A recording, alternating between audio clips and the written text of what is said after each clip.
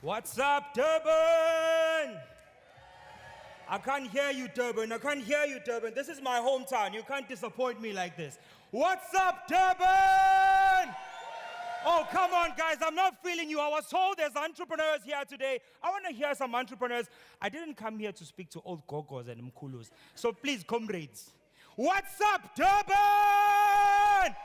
Woo! Let me hear a crazy scream, yo, Durban. Okay, fantastic. My name is Fortune Nkwenyana, as the wonderful lady has just introduced me. Ain't she beautiful? She's dressed very well also. Can you give her a round of applause? So yeah, to the events manager, Beverly, it was her birthday yesterday. Can you help me? And let's sing for her a happy birthday. She made this event possible. Can we sing? Where's Bev? Bev? Hello? She's there somewhere in the back. Happy birthday to you. Happy birthday to you. Happy birthday, dear Bev. Happy birthday to you. Hip, hip, hooray. All right, amazing. Okay, with that being done, I want us guys, it's still in the morning. I think we've got energy. Can everybody in the house just stand up? Can we stand up and be on our feet? Make sure you got somebody close to you. This exercise that we're about to do is going to get you excited. All right, get closer to somebody. We're going to give somebody a handshake like you are giving somebody a handshake for the first time in your life. You know, like that minute you just discovered fire. It's going to be like that. So, can I get someone to volunteer to come on stage and give me a handshake? So this is what we're going to do. This is what we're going to do. Give the gentleman a round of applause. So much confidence. So this is what we're going to do. Listen to me carefully. You're going to stretch your right hand out like this. When you stretch your right hand out like this, I'm going to count to 3. When I count to 3, you're going to give the person standing next to you a handshake like you're giving somebody a handshake for the first time in your life. Like ladies, I know we go to church, we are classy and everything. I'm not talking about this handshake. No one is going to kiss your hand. Today, I want you to hold the hand very tight and shake it like you're going to take it off. Is that clear? Okay, and then I'm going to count to 5, and then I say stop. When I say stop, you don't let go of the hand. Is that clear? Is that clear? Okay, 1, 2, 3, go. Make it tight, make it tight, make it tight.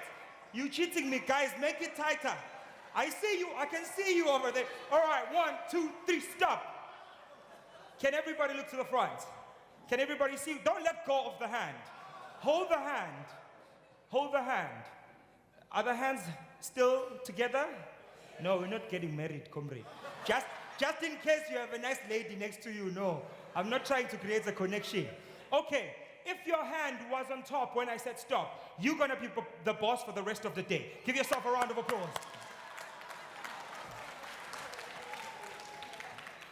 Let me see those who are going to be the boss for the rest of the day today. Woo! Because we are all SMMEs here today, I want to tell you that we are all the boss. Is that okay? All right, I've had the privilege to travel South Africa over as a professional speaker, and I've met some of the most amazing minds and great entrepreneurs. With this journey comes a great deal of understanding that the fact that you are an entrepreneur is something that is very important. What do I mean by that?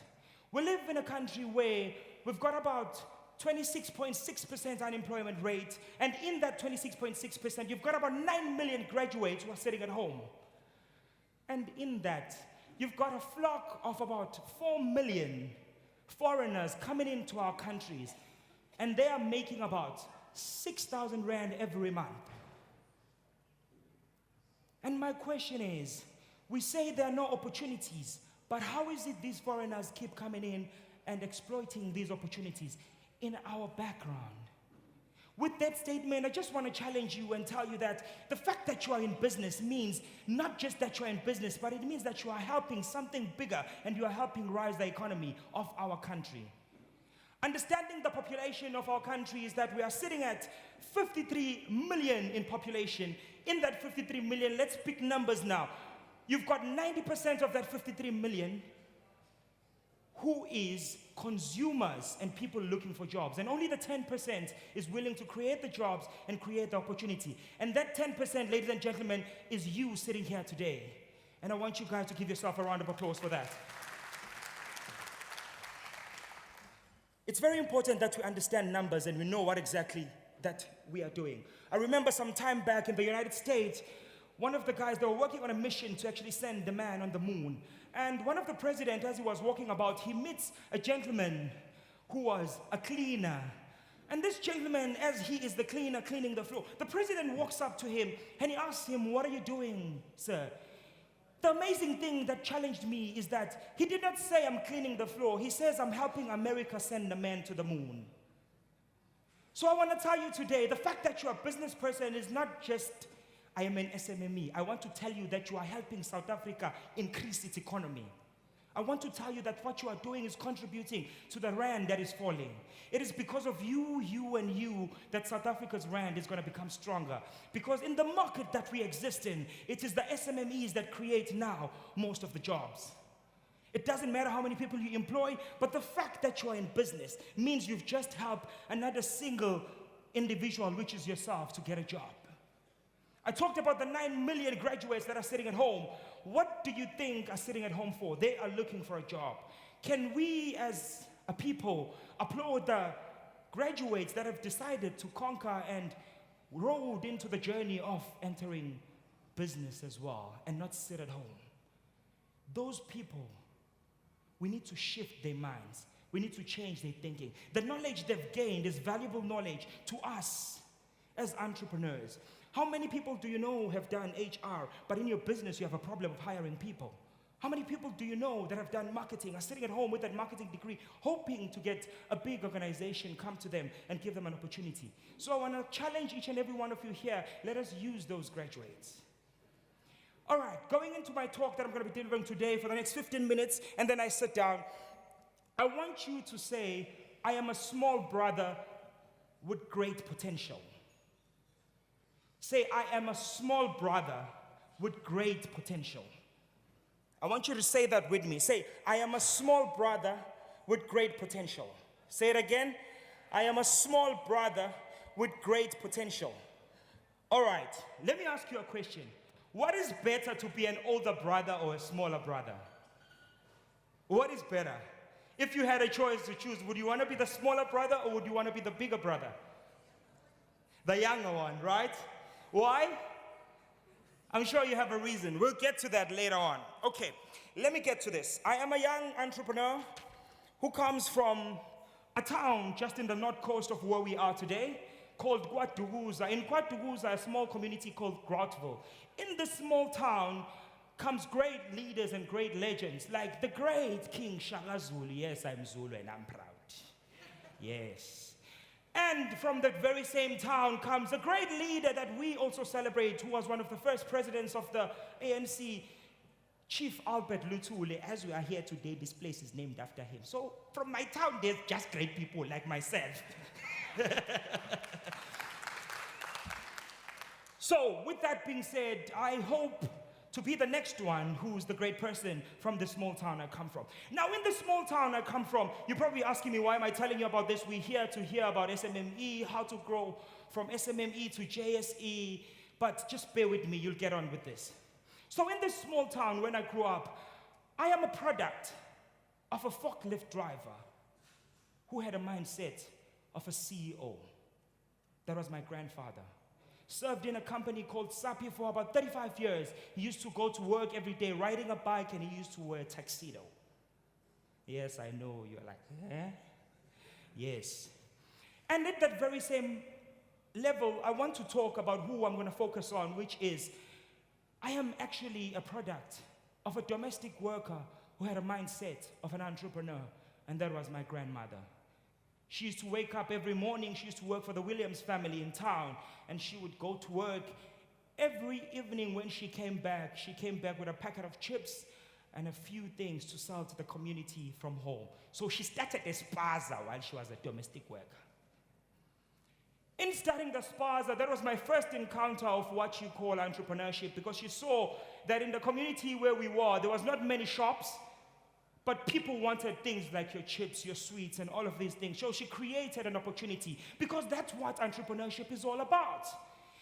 Comrade, you can read your MBA dictionary and everything, but entrepreneurship is simple. It is about identifying a problem in the community and coming up with a solution. That's all. That is all. If you've had a big explanation, a big dictionary, it's good for you. But that's how simple it is. So she created this demand, and for about a good time, she started making Nkwenyana, she started making iqeda. Comrade, help me, what is iqeda? It's something like a lollipop for those that don't know what is iqeda. What is it? Ice block. But it's not an ice block. It's iqeda. Okay, so the queue was literally amazing, like how you would see when you drive up here in Durban, up the road here by Russell Street, people queuing up to buy fat cooks. That's how it was by my house. So my grandmother would wake up every morning, do these fat cooks for people, and one time the queue was so crazy, she couldn't go to work, and she said, I mustn't go to school and I must help her. That was my first encounter of entrepreneurship. And comrade, don't blame me, but me, I said I wanted to be at the end where we're receiving money. It's fine, she can work, but me, I want the money. So I got introduced to this thing of entrepreneurship, and the rest is history. When I was in high school, I had my first formal business where I was selling perfumes to students in school. From selling perfumes, I went on to typing CVs, because in the community where we used to stay, people would literally get into a taxi and go to town, spend about 22 Rand to get a CV typed. So I would type CVs for people and give them that service because I identified a problem and came up with a solution. And it went on. I started a car wash. Oh, by the way, that business failed. It's not nice in business. You will fail. But the key thing is to get up. That business failed. I started another business, which was a car wash. That one was going very well. With some time as well, it failed also. And then I came to my tertiary level where this is the most amazing one. I literally saw all of the students where I was studying in the college. They would literally, the day before the assignment is due, be queuing up outside the lecturer's room, sitting outside with laptops, trying to type and submit their assignments. I said, no, man, this is a problem. This is a problem. I know you can relate if you've been to university. You know it. Day before, you'll be sitting outside. No, please, few more minutes, I'm giving you now. So I saw there was a problem. So I created a solution. I already had a laptop. So I said, you know what, when I receive my assignment, I'll quickly do it, type it out, and submit it, and then a few days before, I'll wait for them. Yeah. If you have assignment to be typed, come to me. I'll do it for you. And guess what? I charge them about 20 Rand per page. And they would pay it. And you know these assignments when you're in university or college, it goes for about close to 20 pages. Imagine 20 Rands just for typing.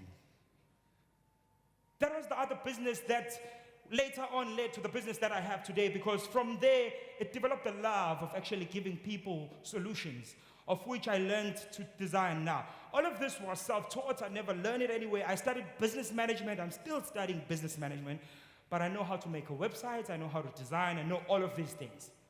Self-taught, all I wanted was to create solutions for people where I was. So the other key thing about entrepreneurship and about being an SMME, it's about identifying what you have, and use what you have. Because one of the biggest problems is to hear an SMME coming up to you and saying, Fortune, I want to start this business, but then I don't have capital. Let me shake your brain a little bit. You don't need capital to start a business. You need capital to grow a business. Because if I came to you and you had R1 million and I told you I had an idea, would you give me that million? Never, comrade. So don't think like that. Start with what you have. Use what you have until somebody sees value in what you have, and then they are willing to give you what you don't have. It's all about what you have, the solutions that you have, and those solutions are the answer to the problem that you've always been asking yourself. And guess what? In the journey of business, when my company now that I have, the BlueFortune Commications, the branding and marketing company, started, in its first 2 years, there was a lot of dark days. There was times where I literally had to live off 200 rand.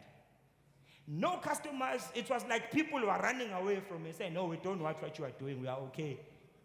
Nobody wanted my services. People were walking the other direction. And you just have 200 rand to live out. 2 weeks, close to a month. And you made it work. You made it work, because entrepreneurship is not necessarily about how much you have. It's about how much you can use or how much you can do with what you have. I can give you 1 million rand today, but then if you cannot be able to handle using 200 rand, that million will be gone in 3 weeks. Okay, back to what I started with, which is the key thing and my core message for today, is that I asked you what was better, to be a big brother or the younger brother. And all of you agreed with me that it's better to be the younger brother. The reason being, here are the advantages of being a young brother. When you are a young brother, your parents give you more time. Tell me if I'm wrong. You get favors from your parents. You get attention from your parents. And the most exciting part about being a young brother is that you have potential that is still yet to be realized. When you're an old brother, people don't really care about you, including your parents. Because you are old, you are grown, and nobody really pays attention to what you have to say. So they call us small businesses. I want to tell you today that you are that small brother. The problem is this. We fear that the big corporates are going to destroy us. But I want to tell you the flip coin of it, having worked with corporates. The corporates fear the potential in you. The corporates fear the power in you. The corporates fear how great you can become, because they know the potential of an SMME to grow. How many of you remember the famous guy in South Africa called DJ Sbu with his More Fire 4 years ago when he started? Everybody should know him here, I'm sure you do. When he started, he was just an SMME walking on a road, running around. I'm telling you today, your Red Bull, your Play, they fear that More Fire brand. Why do they fear it? It's because a gun that has already been shot is not as powerful as a gun that still has a bullet in the magazine. Now, I'm telling you that your bullet is still in the magazine and you are a time bomb that is ready to explode. Help me today and say, I'm going to explode. From today moving onwards, as an SMME, I'm going to unleash my greatness. I'm going to explode to a new level. I'm going to push through that failure. I'm going to rise and be the best and not the rest. But here's the catch. You can never be great if you're not excelling. You have to be excellent at what you do. You have to believe in what you do. And then this is the last one, and then I sit down. Our biggest problem is that we have stopped believing in our solutions. In Kenya, a good friend of mine tells me a story of a Masayan tribe. In this Masayan tribe, they have a ritual that they do. Like here in our South African, the Xhosa tribe usually sends the boys to the mountain to get circumcised, and then they become a man. In Kenya, this Masayan tribe, they send boys into the wilderness with about 200 cows of cattle. They must shepherd those cows and come back with them. 200 cows. And here I thought maybe they would give him maybe a gun to say, I'm protecting this cattle. The crazy part is that the community in which they come from, everybody knows to the wilderness where they are being sent to, they are predators. And these predators, they are your lions and your hyenas. And they tell you that if you look a little bit just over the mountain, there are hyenas and lions that live there. And this boy does not care about all of that. All they give him to protect himself is a 2-meter long stick, which is longer than him. But here's the crux of what am I talking about, what changed my life in this story. It's not about the odds that are against this boy. It's not about what he knows that is out there. It's not about all the challenges that he can face. The crazy thing is that this boy believed that he can. So today I'm saying to you, what happened to you, my fellow African, my fellow brother? Can you believe in your business? Can you believe that it's the solution for this market that is going down? Can you believe that that business, that very same business that you wake up every day, fail and wake up again, it is the solution? And in closing, Denzel Washington said this very well. With commitment, you will start, but with consistency, you'll be able to run the race and finish. So I'm saying to you, in the journey of SMME and entrepreneurship, you have the possibility to move from SMME to JSE. Thank you.